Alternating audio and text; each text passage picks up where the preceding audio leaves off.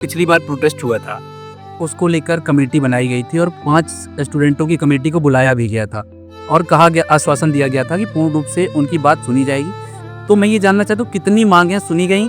क्योंकि 7 से 8 सूत्री मांगों को लेकर प्रदर्शन हुआ, तो कितनी मांग उसमें से सूत्री मांगों कितनी मांगों को सुना गया? देखिए, उस कमेटी में मैं ही था और मैं खुद भी सीएम से मिला था।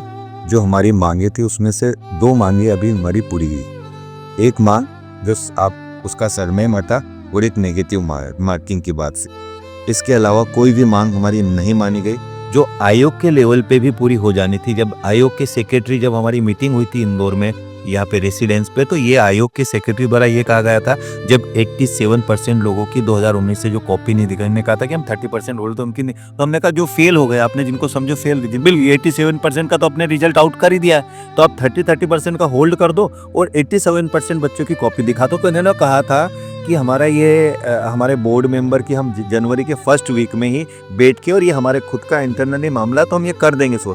लेकिन एक भी बात नहीं हुई। उसका उल्टा क्या मिला, हम जिन कमेटी में हम लोगों के साथ, हमारे साथ सीएम ने बैठे, उसके साथ बात करी, हम लोगों ने सारी किया। उसके बाद 21 दिसंबर को हमारे 450 पदों की बात हुई थी सिविल में कि 450 पद देंगे। लेकिन उसका उल्टा हुआ क्या कि रात की जब 31 दिसंबर को पिछले साल रात की 11:58 पे जब वो निकल के आता है नोटिफिकेशन, तो मात्र आते हैं 158 पर। और जब हम रात के 2-2:30 बजे हम लोगों ने गूगल मीट के माध्यम से एक और बच्चों ने हमको बोला कि सर कल आके हमको बात करना चाहिए और मिलना चाहिए, तो हम जब बीडी गार्डन पे हमने मांग रखी, तो सुबह 9 बजे आके हम लोगों को, मुझे और मेरे साथी रंजीत, तो इन्होंने घर से उठा लिया और फिर हम लोगों को पूरे दिन घुमाते रहे, ऐसे रास्तों पे घुमाए कि खुद को डर लग रहा था कि आज मार देंगे, और फिर सीधे हमको जेल भेज दिया और 4 दिन तक हम जेल में रहे।